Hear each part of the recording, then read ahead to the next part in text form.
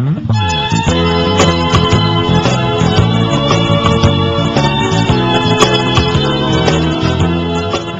monsieur, bonjour et bienvenue dans ce numéro de la semaine en revue, la rétrospective de l'actualité de la semaine. Et pour commenter cette actualité, nous recevons comme invité monsieur Mel Ek Théodore. Mel Ek Théodore est le président fondateur de l'UDC, l'Union démocratique et citoyenne. Il a également été ministre de l'intégration africaine, ministre de la ville et de la salubrité, puis ministre de la jeunesse, des sports et de la salubrité urbaine, maire de Cocody, député de Jacquesville, ministre de la Culture. Ministre de la Culture, voilà. C'est donc cet homme politique de l'opposition qui analyse et commente pour vous les principaux événements de la semaine. Mel Ek Théodore, bonjour. Bonjour. Et merci d'avoir répondu à notre invitation. Comment se porte votre parti, l'UDC? Je crois que le parti se porte bien et se met en ordre de bataille pour les prochaines échéances. Alors, récemment, vous avez fait un peu le buzz sur Internet en proposant une troisième voie qui reste possible dans cette bipolarisation de la politique, de l'atmosphère politique ivoirienne. Vous l'avez dit, la Côte d'Ivoire est maintenant dans un environnement politique bipolaire, avec les pour et les contre. On doit être pour et on doit être contre. Ou on doit être contre et on doit être pour. Et on ne laisse pas beaucoup de choix à la grande majorité silencieuse qui observe et qui souhaiterait qu'on sorte de ce carcan. Et en réalité, c'est une chose qui doit se faire, puisque nous ne pouvons pas nous regarder en chien de faïence dans ce pays-là. Nous n'allons pas continuer à avoir nos propres frères pour ennemis. Nous ne pouvons pas continuer à déclarer tous les jours la guerre à tel ou tel camp. Je crois que les Ivoiriens en ont un peu marre. En tout cas, une grande majorité des Ivoiriens en ont un peu marre. Et depuis que nous avons annoncé cette initiative, aujourd'hui, ce matin, nous avons vérifié que nous sommes à près de 130 000 visiteurs sur ce poste. Alors, comment faire fleurir, comment rendre cette troisième voie accessible au plus grand nombre? Comment est-ce que vous allez mobiliser, en tout cas, le maximum de personnes autour de cette troisième voie qui reste possible selon vous? D'abord, nous avons proposé le pacte fraternel que je suis venu présenter ici même sur la radio La Fréquence de la Paix. À cette occasion, nous avons dit que notre parti, au sortir de son troisième congrès, a fait des propositions concrètes pour amener les uns et les autres autour de la table de négociation. Le président Oufoué disait qu'il fallait toujours commencer par le dialogue parce que, qu'on le veuille ou pas, qu'on belligère ou pas, à la fin, on se retrouvait toujours sur une table de dialogue. Alors, au lieu de perdre le temps, de perdre des vies, de perdre l'énergie qu'on pourrait consacrer au développement de notre pays, nous pouvons nous mettre autour d'une table. C'est vrai que cela implique un dépassement de soi, cela implique la mise des intérêts de la Côte d'Ivoire au-dessus des intérêts particuliers et clanistes. Et je crois que nous sommes capables, en tant que citoyens, de faire ce dépassement. Bien sûr, nous avons dans tous les bords des extrémistes qui voient leur intérêt en péril et qui, sous le prétexte de défendre les couleurs de leur parti, continuent d'empester la vie des citoyens. Cette troisième voie est possible et en tout cas, nous ferons tout pour la promouvoir. Alors, donc nous allons tout au long de cette émission, peut-être que vous allez en profiter pour écrire des solutions de cette troisième voie, en commentant donc l'actualité cette semaine, qui a une forte coloration politique et judiciaire. Et elle a été marquée tout d'abord par la première comparution de Charles Blé Goudé, quelques jours seulement après son transfèrement devant les juges de la Cour pénale internationale. Inculpé pour crime contre l'humanité survenu en Côte d'Ivoire durant la crise post-électorale, l'ex-leader des Jeunes Patriotes, devant la juge unique de la Chambre préliminaire 1, a fait savoir qu'il est content d'être à La Haye pour le respect de toutes les victimes et pour la manifestation de la vérité. Je vous propose d'écouter un extrait de l'intervention de Charles Blégoudier. Pour les victimes, et toutes les victimes, la crise qui a fait que nous, dans la paix, nous pour que la vérité soit sûre, afin que je ne sais pas, et un mouvement physique, en ma conscience innocente, accusé à tort d'être la parole de tous les torts, pleure au-dedans de moi, Madame la juge. Contrairement à une certaine opinion qui estime à tort ou à raison, qu'un voyage à la CPI est un voyage de non-retour, je pense qu'un citoyen qui est suspecté par la CPI peut venir ici, faire l'objet d'un procès, et s'il est innocent, peut répartir sur lui. Je sais que la manifestation de la vérité se fasse, Madame la juge, que la paix soit en Côte d'Ivoire, et que la Côte d'Ivoire ne s'embarrasse pas à cause de moi. Madame la juge, je n'ai pas été remis à la CPI par les normes. Mes droits élémentaires ont été violés. Je voulais que cela soit noté. Le 21 mars, on m'a coupé sur le procureur. Madame la juge, c'est là qu'on m'a signifié votre mandat d'arrêt. Le même jour, au pas de course, les autorités de mon pays ont fait siéger la chambre d'accusation qui devait approuver mon transfèrement. C'est comme ça que j'ai été remis le lendemain à la CPI. Et je voulais vous dire, si je suis reconnu coupable, que la loi me soit appliquée dans toute sa rigueur. Mais si je suis jugé pour ce que j'ai fait et non pour ce que je suis, que je sois reconnu innocent et que je répartis chez moi. Et j'espère que je répartis chez moi. Belle Théodore, avant de commenter les premiers propos de Charles Blégoudier à la CPI, comment à l'UDC a-t-on perçu le transfèrement de l'ex-leader de la Galaxie Patriotique? Le jour même du transfèrement, nous avions posté une déclaration, notre impression en tout cas, en disant que Charles Blégoudier avait lui-même dit avant son transfèrement qu'il préférait la justice internationale à la justice de Côte d'Ivoire. Et par conséquent, je pense que ce n'était que l'accomplissement de son vœu. Charles Blégoudier est présumé innocent, donc à tort, beaucoup de gens ont commencé à le juger et le condamner, mais finalement, en entend ces déclarations, oui, on lui a offert une tribune internationale pour que la vérité éclate. Donc laissons les juges faire leur travail. Ce que nous pouvons souhaiter, c'est que cela se fasse dans la plus grande transparence et que la vérité éclate véritablement. Parce que ce procès est le procès de la jeunesse qui a été dans ce pays embrigadée à plusieurs périodes, depuis les années 72 jusqu'aux années récentes. Et il est important que la vérité se sache et que chacun puisse se faire, en prenant de la hauteur, se faire véritablement une opinion. Bien sûr que les juges de la CPI ne sont pas trempés dans les réalités ivoiriennes et je crois que les avocats sont là et l'inculpé lui-même pour faire étonner les sentiments et les arguments qui permettront à chacun de se faire sa part de vérité. Justement, comme le titraient certains journaux par ce vendredi, donc, est-ce que vous avez eu la même impression que Blégoudier a saisi justement cette occasion de la CPI pour en faire plutôt une tribune politique? Mais le procès est politique en lui-même. Il ne faut pas se faire d'illusions. Je veux dire, le procès est politique. Pourquoi Blégoudier, pourquoi pas d'autres personnes?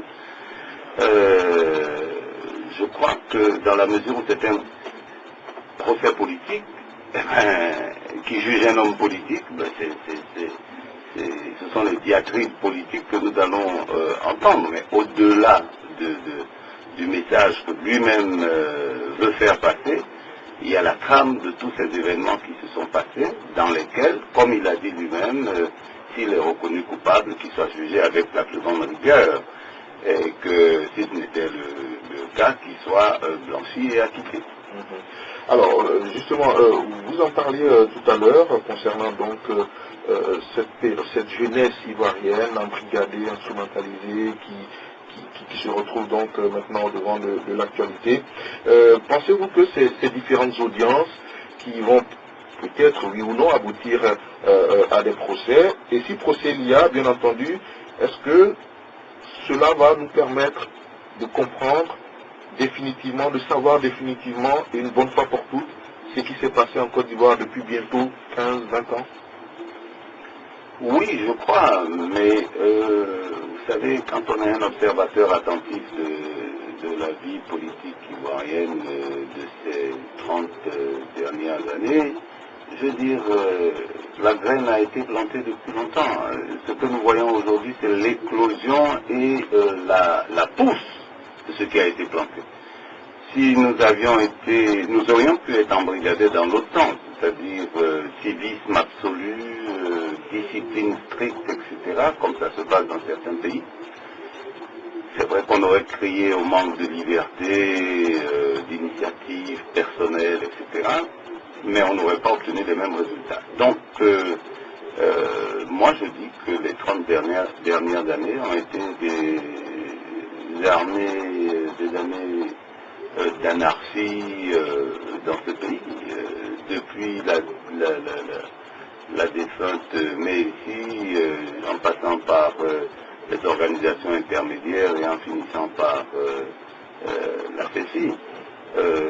Et c'est toujours le même schéma, je veux dire, autant les uns que les autres ont été véritablement instrumentalisés et au service du parti au pouvoir. Ce qui s'est passé pour l'ensemble de ces syndicats d'étudiants. Ceci étant, les étudiants sont libres de s'organiser et d'être représentés, de faire entendre leur voix, parce que c'est pour eux qu'on prétend faire une politique économique et sociale, c'est pour eux qu'on prétend préparer l'avenir, donc il est bon quand même qu'ils sachent et qu'ils puissent donner leur avis chaque fois que cela est nécessaire. Mais ça pourrait se faire dans des conditions différentes que celles que nous avons connues dans ce pays. Et n'oublions pas que le pays est gouverné depuis, je dirais, une quinzaine d'années par tous les jeunes, même une vingtaine d'années, par tous les jeunes qui sortent de ce sérail, en partant de la défunte Messi à la CECI. Ce sont ces jeunes-là qu'on retrouve dans les assemblées, qu'on a trouvé dans les anciennes assemblées, qu'on retrouve aujourd'hui à l'Assemblée nationale également, et qu'on retrouve dans les rouages de l'État. D'où la nécessité d'une éducation équilibrée pour les enfants et les préparer à affronter d'une autre façon peut-être leur avenir. Est-ce que la responsabilité du constat que vous dressez doit être imputée inéluctablement et entièrement aux hommes politiques?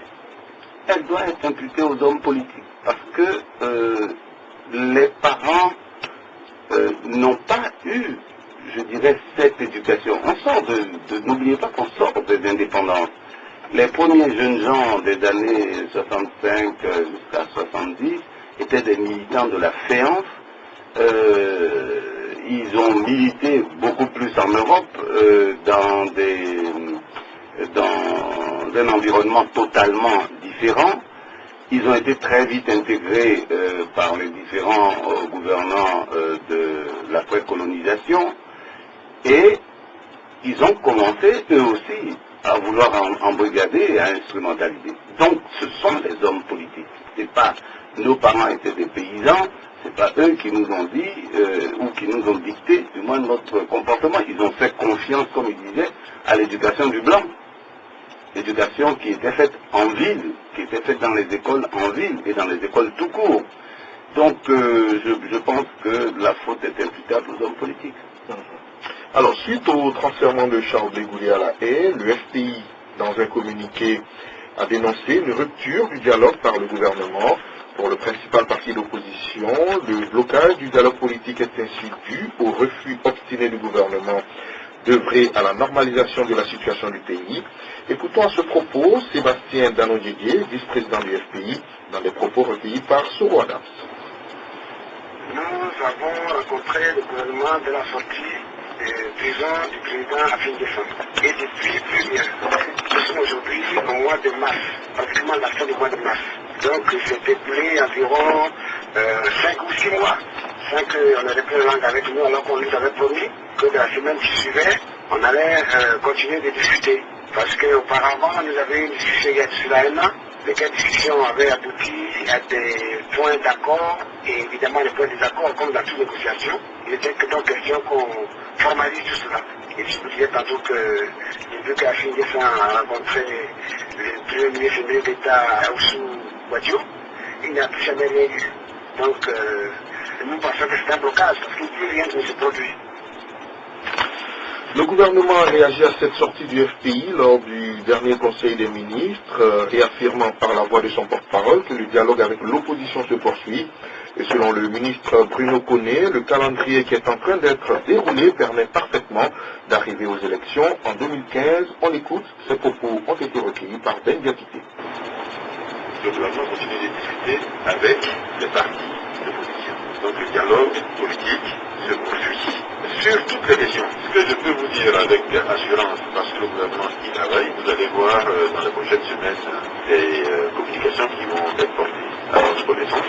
L'important, c'est de faire en sorte que cette discussion-là débouche sur des mesures qui sont des mesures qui permettent au processus électoral à venir de se dérouler dans les meilleures conditions. Que les mesures qui sont prises soient les plus efficaces possibles. Que ces mesures prennent en compte évidemment, dans la mesure du pays, des propositions, suggestions qui sont faites par les partis d'opposition. C'est pour cela que les discussions peuvent paraître un peu longues. Mais l'assurance que nous pouvons vous donner, c'est que le calendrier, le chronogramme qui est en train d'être déroulé permet parfaitement d'arriver aux élections en 2015 en ayant traité toutes ces questions-là de la meilleure façon. Donc il n'y a à ce jour aucun retard pour faire en sorte que les élections de 2015 se déroulent dans les meilleures conditions. C'est l'ambition du gouvernement et nous y travaillons à fond. Mélèque Théodore, votre parti, l'UDC, participe au dialogue politique avec le gouvernement. Est-ce que pour vous, il y a aujourd'hui blocage? Écoutez, d'abord, le porte-parole du gouvernement a certes dit des choses qui relèvent des vœux du gouvernement, mais qui ne relèvent pas de la réalité. Le ministre porte-parole du gouvernement a assisté à une seule réunion, alors qu'il était membre du pôle politique, du pôle politique du gouvernement dans ces dialogues-là. Mais peu importe, ce que je voudrais relever par rapport à ce qu'il a dit, c'est que il ne s'agit pas de promettre que les différentes étapes vont se dérouler à temps. Il s'agit de commencer à traiter les questions. Ça fait plus d'1 an, pratiquement 1 an et demi, que nous avons eu cette réunion de Bassane à l'initiative du gouvernement, que nous avons en son temps félicité pour avoir accepté d'ouvrir ce dialogue. Mais nous avons travaillé, il y a eu des commissions, des propositions qui ont été faites et qui ont été portées à l'attention du gouvernement. Nous attendions que l'Assemblée nationale soit saisie de certains textes que nous avions déjà discutés.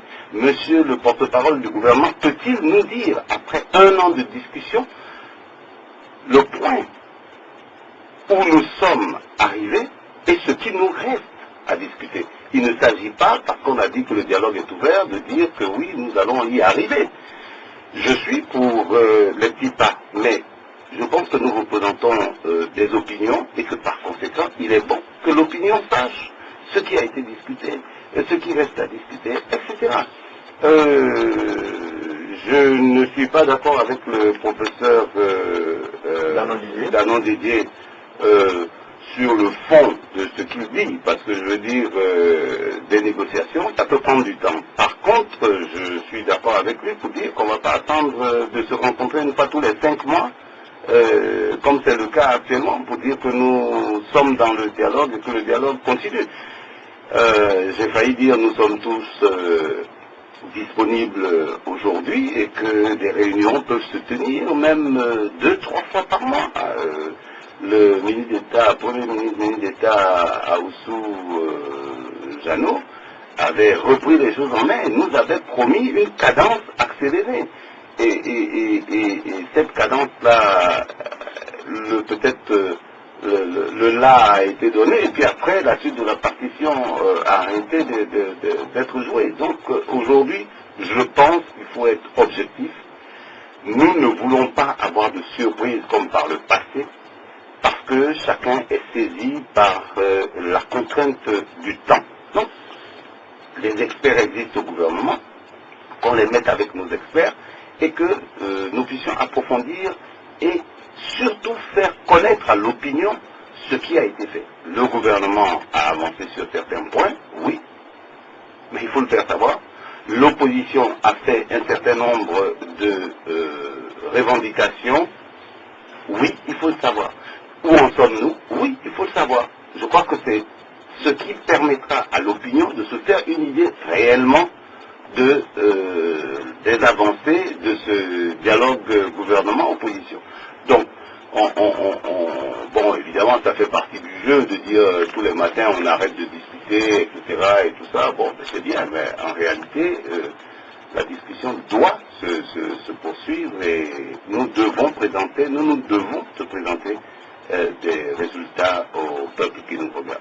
Alors, qu'est-ce qui est prioritaire dans cette discussion avec le gouvernement, que l'opposition mène avec le gouvernement? Est-ce la réforme de la commission électorale indépendante? Est-ce le statut de l'opposition, le financement des partis politiques? Qu'est-ce qui est prioritaire à vos yeux aujourd'hui? Ah oui, vous avez bien fait de dire à mes yeux, parce que les gens trouvent les priorités selon leurs intérêts. Moi, je crois que d'abord, nous avions la question de la réconciliation. Qu'est-ce que nous faisons?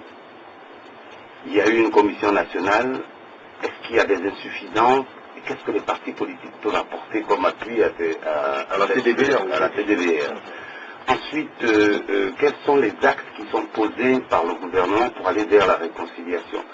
Est-ce que ces actes ont été suivis ou non?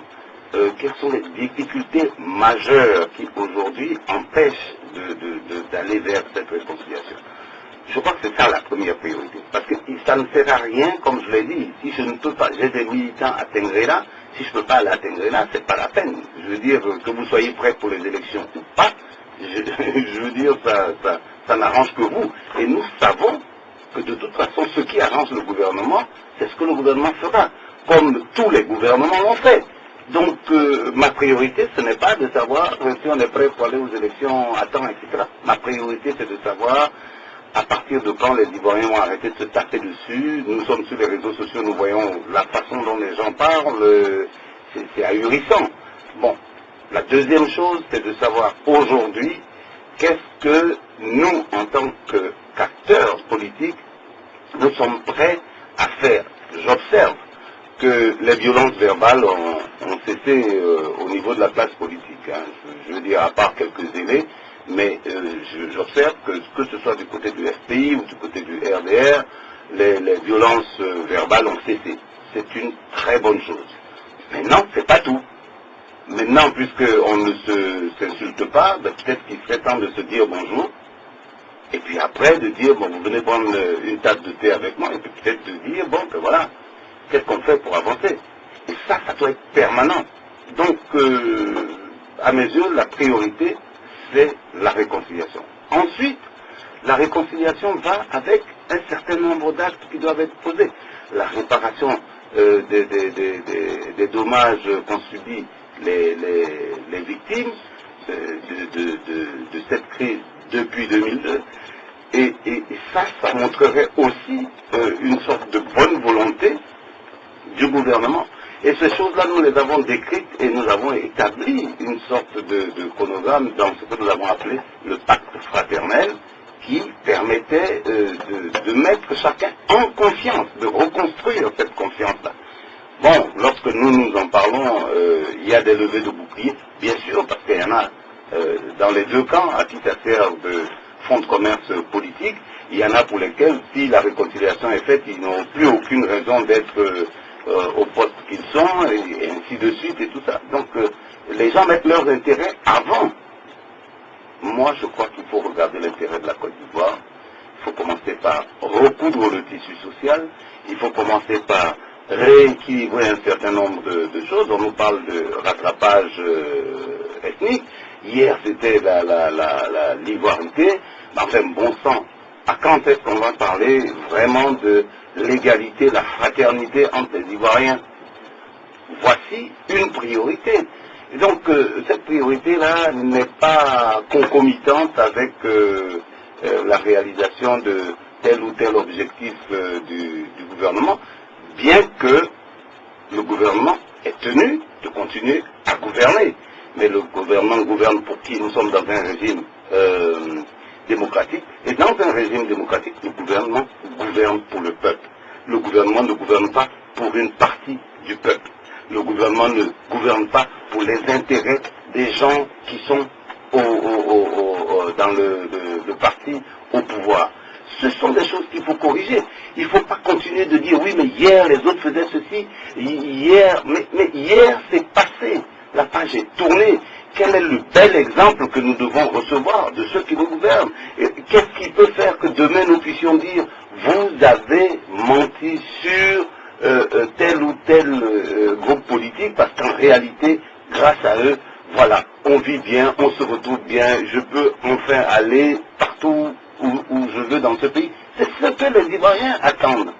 Mais ils ne peuvent pas être à la fois en train d'avoir faim, qu'on les utilise comme bouclier d'un côté, qu'on les envoie au charbon chaque fois qu'on en a besoin, bref, qu'on les instrumentalise de part et d'autre, et puis qu'ensuite on nous dise les choses avancent. Bon, j'espère qu'on va pouvoir parler d'un autre point qui est dans votre questionnaire, et nous allons pouvoir développer certains arguments à ce sujet. Bien, la semaine en revue se poursuit avec notre invité, Mel Ek Théodore, président de l'UDC, l'Union démocratique et citoyenne. Cette semaine, l'actualité a été également dominée par la naissance officielle d'une nouvelle alliance de partis politiques ivoiriens. Son nom, l'Alliance des forces démocratiques de Côte d'Ivoire, qui regroupe 12 partis de l'opposition, proches de l'ex-président ivoirien Laurent Gbagbo. Et c'est Pascal Affi-N'Guessan, le leader du FPI, qui en assure la présidence pour 1 an. Laurent Donafologo, le président du RPP, est le conseiller politique de cette nouvelle plateforme, et il lève ici un point de voile sur les raisons de la création de l'FDCI et sa mission. Ses propos ont été recueillis par Soroanas. Nous avons pensé que l'opposition devrait être mieux organisée, voire structurée, parler si possible d'une seule voix pour discuter valablement et sincèrement avec le gouvernement. Après quelques tentatives au niveau du CPD, où le FPI, qui est le plus grand parti de l'opposition aujourd'hui, faisait route à part, il nous a paru nécessaire de mettre en place ce que nous avons appelé l'Alliance des forces démocratiques. C'est-à-dire tous les partis qui regardent dans la même direction devraient se mettre ensemble, s'organiser et aller vers une opposition civilisée qui concourt réellement en faisant des propositions concrètes et pas nécessairement belliqueuses au pouvoir pour avancer. Pour vous, c'était une nécessité? Oui, je pense que c'était nécessaire. Vous savez, en Afrique, la plupart des oppositions ne sont pas organisées. C'est pourquoi on donne l'impression qu'ils ne représentent rien. Prenez beaucoup de pays d'Afrique, vous verrez que l'opposition est dispersée. Évidemment, quand on est dispersé, on est faible. Et on est à la merci de toute corruption, de toute tentative de récupération. Alors que si on se met ensemble, on peut aller vers le vrai dialogue. Mel Théodore, votre parti l'UDC a opposé une fin de non-recevoir au FPI dans la création de cette plateforme qui est née donc dernièrement, plateforme de parti de l'opposition qui s'appelle donc l'Alliance des forces démocratiques de Côte d'Ivoire. Pourquoi avez-vous fait cela? D'abord parce que nous avons eu une expérience malheureuse avec le CNRD, et puis ensuite parce que nous estimons que le président Fologo l'a dit dans son intervention tout à l'heure, il faut construire une opposition moins belliqueuse et plus objective. On le sait très bien, c'est sur le fond, c'est ce que nous recherchons pour vivre une opposition dans une culture démocratique apaisée. Mais je dois dire que il ne s'agit pas que de faire de la politique à longueur de journée, de savoir si la barbe d'un tel est plus courte que celle de l'autre, si l'autre est velue ou pas. C'est ce qui se passe actuellement. Nous avons des problèmes dans ce pays. Il y a des initiatives qui doivent être prises. Le gouvernement prend un certain nombre de mesures à caractère économique qui sont parfois et souvent inefficaces et qui ne portent pas. Mais personne n'en parle. On passe tout notre temps à savoir si... c'est de la politique politicienne. C'est ça. Vous savez, je vous invite vous-même qui êtes ici au UCFM de réécouter les bandes que vous avez et vous verrez que personne ne vient vous dire écoutez, il y a autre chose. Je veux dire, laissons les problèmes de rancœur et de rancune un peu de côté et puis parlons un peu du présent. Le présent, c'est quoi? Aujourd'hui, on a le ressentiment général de la population. On va en parler d'ailleurs. Bon, alors, nous y reviendrons, mais il y a une incohérence que je voudrais soulever tout de suite, c'est que on nous dit le PIB a augmenté de 7,8%, mais le PIB il a augmenté de 7,8%, si la population, elle a augmenté 2 fois plus depuis les 10 dernières années. Je veux dire, sur quelle base on a fait ce calcul? On s'est contenté de dire l'année dernière on avait 6%, il y a 2% en plus cette année, et puis on fait une estimation. Ce qui veut dire qu'aujourd'hui, nous gouvernons à vue. Nous gouvernons à vue parce que nous devons savoir combien nous sommes, quels sont les secteurs dans lesquels l'activité est totalement au ralenti, combien de jeunes gens nous avons qui ont moins de 18 ans, combien nous avons qui sont entre l'université et la fin de leurs études, combien sont à la recherche d'emploi. Enfin, je veux dire, il y a un certain nombre d'informations qu'il faut pour pouvoir gouverner. Alors, en même temps, on veut donner de la crédibilité aux chiffres qu'on nous annonce, mais en même temps, nous savons que ces chiffres-là ne reposent sur rien. C'est ce qui milite pour nous en faveur de ce recensement. Ceci étant, je ne vois pas pourquoi nous irions encore nous mettre dans une alliance qui ne nous propose rien de nouveau.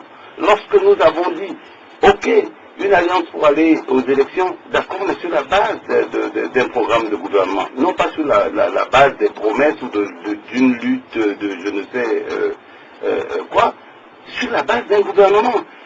C'est parce que vous aurez un gouvernement qui peut-être va avoir plus de crédibilité que celui qui est en place, que peut-être vous pourrez résoudre des problèmes qui aujourd'hui semblent être des montagnes. Mais il ne faut pas avoir dans la tête nécessairement qu'il faut être par tous les moyens au pouvoir et que la fin justifie les moyens. Par conséquent, nous y allons, mais aller sur quelle base? Voilà des points qui n'ont pas été, qui ne nous ont pas donné satisfaction dans les discussions que nous avons eues. J'espère que la présence d'un doyen comme le président Fologo permettra de mettre de l'eau dans le vin de tout le monde et de recadrer les discussions, parce que de toute façon, vous savez que au sein même du FPI, qui est le parti, je dirais, le plus grand parti du Côte d'Ivoire, au sein même du FPI, il y a une division totale sur cette approche de vouloir rassembler l'opposition. Oui, il faut qu'elle soit rassemblée, parce que l'atomisation de l'opposition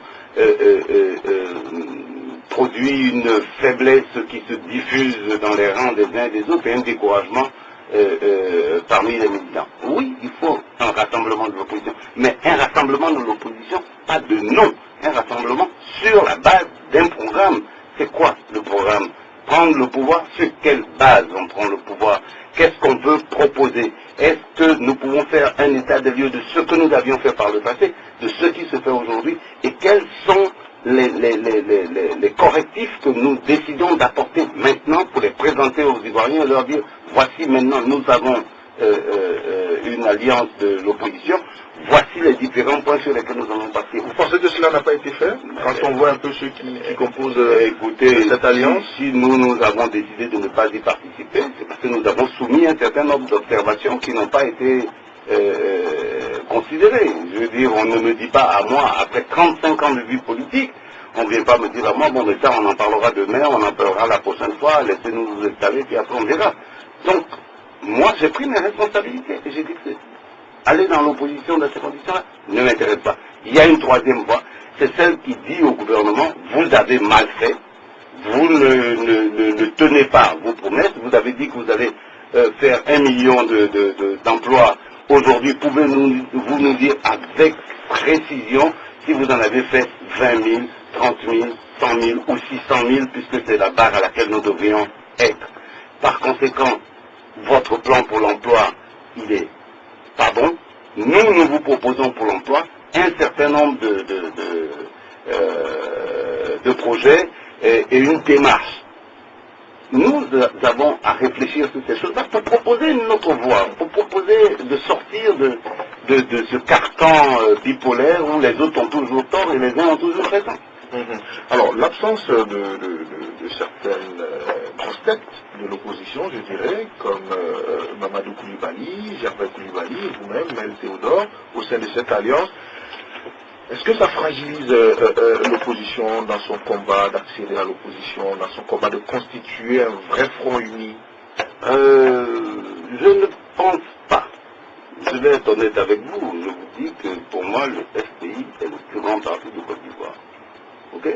L'opposition ou non, le FPI. Mais il est clair que le FPI n'a pas le programme qui puisse lui permettre de rassembler le maximum de têtes pensantes, comme vous dites, autour de son programme. C'est ça l'histoire. Et puis, deuxièmement, un parti politique se crée pour la formation de l'opinion et pour la prise du pouvoir par les voies démocratiques. Mais on ne crée pas un parti politique pour aller toujours dans les alliances. Quand vous entendez parler d'alliances en France avant les élections, c'est parce que les gens se mettent d'accord sur un programme de gouvernement, c'est parce que les gens se mettent d'accord sur une vision minimale de l'action à mener dans les temps qui suivront les élections. On ne fait pas des élections pour faire plaisir à quelqu'un et puis une fois qu'il est élu, c'est lui qui décide de ce qu'il va faire et puis après, comme toujours, on entend dire les caisses sont vides, mais enfin, avant d'arriver là, on fait une analyse, un scanner de toutes les situations et on sait à quoi on s'engage et à quoi on veut engager tous ceux qui nous supportent ou bien tous ceux qui sont d'accord avec nous. Donc la faiblesse de cette alliance, ça ne réside pas dans le fait que certains partis politiques n'y soient pas. Il y en a qui ne représentent que l'ombre d'eux-mêmes, mais il y en a qui ont d'autres ambitions que d'être accrochés comme un wagon à un train. Donc je pense que nous avons une proposition pour les Ivoiriens, nous avons une troisième voie, et c'est cette troisième voie-là que nous voulons promouvoir. Et est-ce que vous allez la faire avec d'autres partis? C'est pas nécessaire, mais j'ai rencontré les chefs de parti, j'ai rencontré le président de l'IDR. Ce qui est important quand on est dans l'opposition, c'est de se respecter, vous voyez, de dire, écoutez, voilà ce que je pense sur telle et telle question, si vous pensez comme moi, est-ce que vous pensez que nous pouvons faire une déclaration commune? Ça, c'est du respect les uns pour les autres. Mais c'est pas, ah, vous n'étiez pas là, on a fait une déclaration, etc.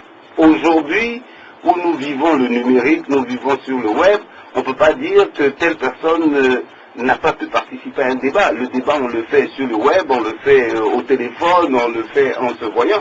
Donc, nous avons tous les moyens de communication aujourd'hui pour présenter des choses cohérentes. Et c'est ce que nous souhaitons pouvoir faire. Alors, enfin, l'actualité cette semaine concerne le RGPH 2014, le recensement général de la population et de l'habitat. Le ministre du Plan et du Développement poursuit sa croisade d'explication de l'opération de recensement malgré l'appel au boycott lancé par le FPI. Et à l'étape de Daloa, Albert Mabry-Poqueuse a invité les Ivoiriens à s'en approprier. Suivons ensemble le reportage de François Gombani. Sous la forme des cours magistrales, le ministre du Plan et du Développement a expliqué en long et en large aux populations de Daloa ce qu'est le recensement électoral et ce qu'il n'est pas. Si dans votre village chef, vous êtes 1000, au moment des agents vont passer, il n'y a que 200 personnes qui sont déclarées, on va vous prendre comme un campement et on vous donnera ce que le campement mérite. Alors vous êtes un pro-village. Il s'agit de ça. Combien de gens habitent dans tel ou tel endroit pour qu'on sache ce qu'on leur donne. Les résultats de ce recensement permettront certes de programmer et de planifier le développement, mais ils serviront aussi à faire le découpage électoral, a indiqué Maboutou Aklus. L'opération qu'on va faire m'a donné les moyens de savoir pourquoi vous donnez un député dans une région qui n'est pas assez habitée et puis deux dans une région, etc. Donc il faut que nous ayons vite les résultats aussi pour faire le développement, mais pour faire après le découpage électoral. Le questionnaire qui vous sera soumis par les agents recenseurs est simple. Exhortons Maboutou Aklus avant de donner quelques exemples de questions aux populations venues l'écouter. Combien vous êtes dans la maison, là, les uns et les autres? Est-ce que vous avez de l'eau? Est-ce que vous avez de l'électricité? Etc. Avant de quitter la loi, le ministre du Plan et du Développement a demandé aux leaders communautaires, aux guides religieux, aux jeunes et aux femmes d'expliquer autour d'eux le bien fondé de ce recensement, invitant les partis politiques à en faire autant, car, dit-il, le développement n'a pas de couleur politique. François Bombaï, ONUCI FM, d'accord. Mélèque Théodore, êtes-vous partisan de ce recensement que le FPI juge inopportun et que le gouvernement qualifie d'acte de développement dépouillé de toute initiative politique? Bon, je crois que, excusez-moi, la question ne devrait pas être posée dans ce sens-là, parce que c'est pas de dire si c'est blanc ou, encore une fois, si c'est noir. Je voudrais relever les incohérences dans le discours de M. Maboutou Aklus. Pour un ministre du Plan, j'estime que la promotion du recensement général de la population et de l'habitat devait être faite, les tournées vers les populations devaient être faites depuis 3 mois. Que les populations sachent, comprennent, aient le temps de poser les questions, interroger leurs enfants qui sont à l'extérieur pour savoir qu'est-ce que c'est. Le ministre nous a dit ceci et cela, etc., avant de démarrer l'opération. Ça, c'est le premier point. Parce que dans l'ignorance totale, ce n'est pas parce qu'on a fait sonner des grelots et qu'on a eu une vingtaine de personnes qui sont venues représenter les différents villages que le peuple est informé de ce qui se passe. Ça, c'est le minimum, c'était de commencer par une campagne d'explication sur les derniers 3 mois. La deuxième chose, c'est que compte tenu du contexte politique actuel, le gouvernement aurait dû prendre l'initiative, et ce n'était pas les rabaisser à aller demander aux autres ce qu'ils pensent, mais le gouvernement aurait pu prendre l'initiative d'inviter les principaux acteurs politiques. Il y a eu une rencontre entre le ministre du Plan et le... À réfléchir, oui, mais il ne s'agit pas de se rencontrer pour dire, bon les gars, j'annonce la semaine prochaine le recensement général et tout ça, et puis je vous demande de vous mettre en ordre de bataille, si vous n'avez pas le temps de le faire, moi je m'en vais, le train vous laisse sur la gare. C'est pas de ça qu'il s'agit, vous me comprenez parfaitement.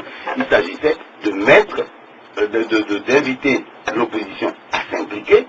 S'il y avait des difficultés parce que les uns et les autres posaient un certain nombre de préalables, un certain nombre de questions, ces questions-là auraient pu être ensemble discutées, un certain nombre d'obstacles levés, et l'opération pouvait être démarrée. À ce moment-là, le gouvernement pouvait dire, oui, pendant 1 mois, nous avons discuté, nous avons demandé des experts de l'opposition sur la question, ils ont soulevé un certain nombre de questions pertinentes. Nous leur avons donné des réponses et des assurances, et maintenant nous commençons. Deuxième acte. Troisième acte, on nous dit au début, ça n'a aucune coloration politique, parce que le développement n'a pas de coloration politique. Oui, pour cette affirmation. Mais on termine en disant, bon, voilà, c'est par rapport à ça qu'on va vous donner 1 ou 2 députés, ou 3 députés, et tout ça. Mais ça, c'est des foutaises. Il faut quand même prendre les gens au sérieux. Je veux dire, c'est vrai, on accuse l'Afrique d'être à la queue du développement. excusez-moi de vous interrompre, C'est votre droit. mais je veux dire, c'est sur la base d'un recensement aussi que... Mais vous ne m'avez pas laissé terminer mon analyse, cher ami. D'accord. C'est ce que je vous ai dit tout à l'heure que je reviendrai dessus. Parce que, comme je l'avais dit précédemment au début de l'émission, il est important de savoir combien nous sommes, qu'est-ce que nous faisons, etc. C'est une donnée essentielle. Je vous ai dit tout à l'heure qu'il y avait des contradictions lorsqu'on me parle du produit intérieur brut, et du revenu par tête d'habitant.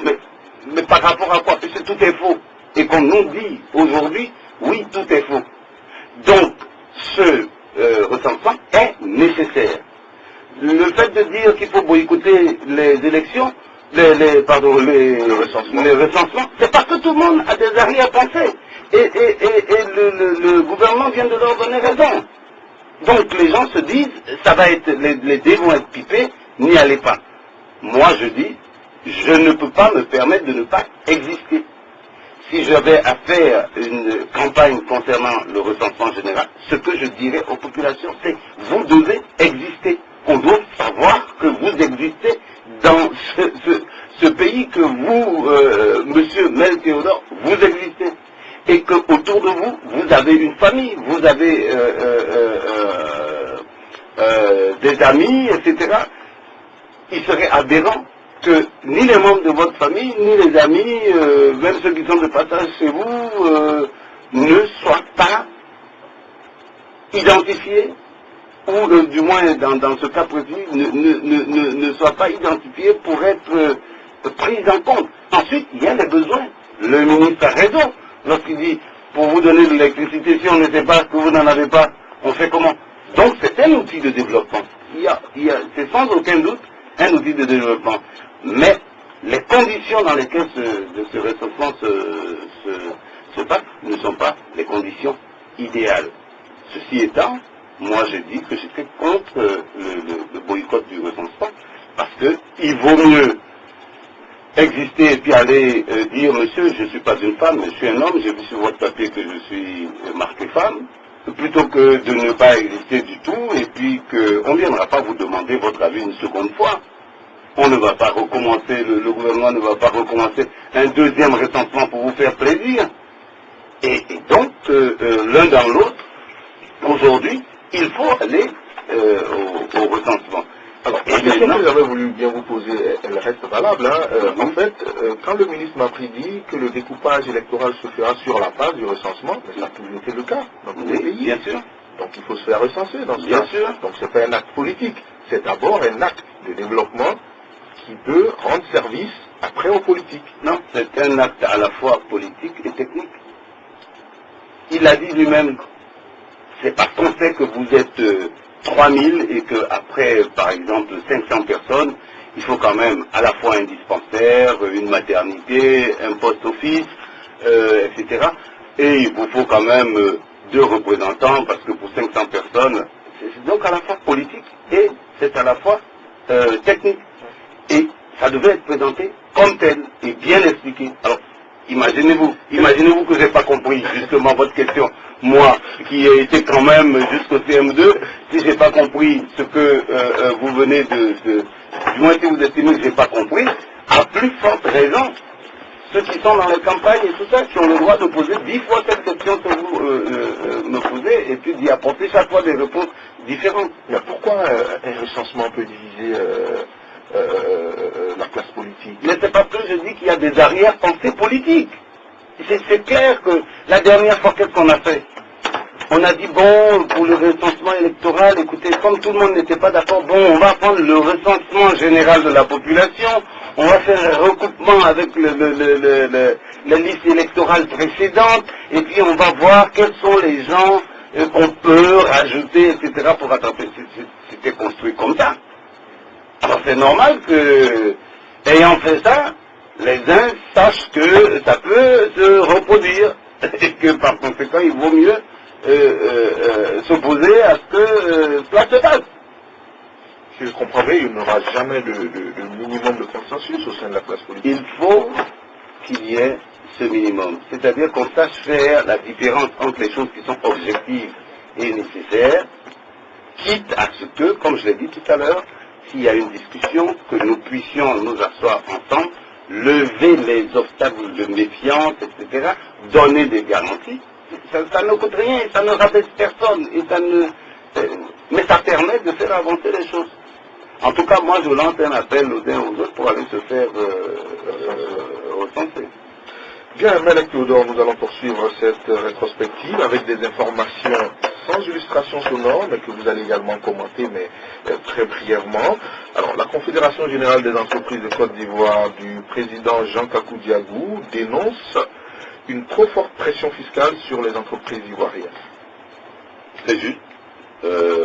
Il faut une politique fiscale. Vous savez, le budget de la Côte d'Ivoire est bâti essentiellement sur la fiscalité, mais on a des options différentes. La Côte d'Ivoire peut être un pays émergent, mais il faut qu'il soit attractif pour les investisseurs. Et il faut que ceux qui y sont déjà, qui y travaillent, ne soient pas écrasés par les impôts. Vous avez vu qu'en Europe, tout le monde fuit certains pays à cause de la pression fiscale. Et si déjà nous qui ne sommes pas arrivés là où nous voulons aller, si des entreprises qui font vivre quelques familles doivent crouler sous le poids de la fiscalité, c'est quand même assez difficile. Alors, ils revendiquent également la participation des entreprises ivoiriennes dans la réalisation des projets du PND, le Plan National de Développement. Normal, mais je pense qu'il y a une chambre ici qui s'appelle le Conseil économique et social où ils sont bien représentés et dont le président est un des leurs. Et je pense que pour avoir passé 16 ans au Conseil économique et social de Côte d'Ivoire, je sais qu'ils peuvent s'auto-saisir d'un certain nombre de sujets, dont par exemple le Plan National de Développement, et en faire les commentaires et les conseils, les avis au gouvernement. Alors enfin, il y a le virus Ebola, dont l'épicentre est en Guinée, et il a fait une 60aine de morts. Il menace et mobilise en tout cas toute la sous-région. Je crois qu'il faut suivre les indications de précaution qui ont été données par le gouvernement. Bon, je crois que là-dessus, il ne faut pas tergiverser, il faut suivre à la lettre et bien suivre, prendre le minimum de précautions d'hygiène corporelle, bucco-dentaire et puis alimentaire, parce que, vous savez, la mort n'est pas dans la bipolarisation. Donc, et vous pensez que le gouvernement s'y est pris tôt dans la mobilisation, dans la sensibilisation, oui, en mettant en place un comité interministériel? C'est une très bonne chose. Attends, je ne sais pas, parce que moi j'ai entendu parler de cela il y a déjà 2 semaines, que les informations circulaient. On nous a dit une maladie rare, mystérieuse, est à la porte on est toujours sur la défensive après. La maladie rare, on la connaissait, et puis on pouvait déjà commencer à en parler. Mais je crois que le gouvernement a pris des mesures appropriées et il faut aider les populations partout où on est à respecter ces mesures-là. Bien, M. Melek Théodore, merci de nous avoir accompagnés pour ce numéro de la semaine en revue. J'ai bénéficié de la collaboration technique de Serge Armelzé. Bon week-end à tous. Et la semaine prochaine, vous serez en compagnie de Souleymane Kassi Ouattara pour un nouveau numéro de la semaine en revue. Merci infiniment.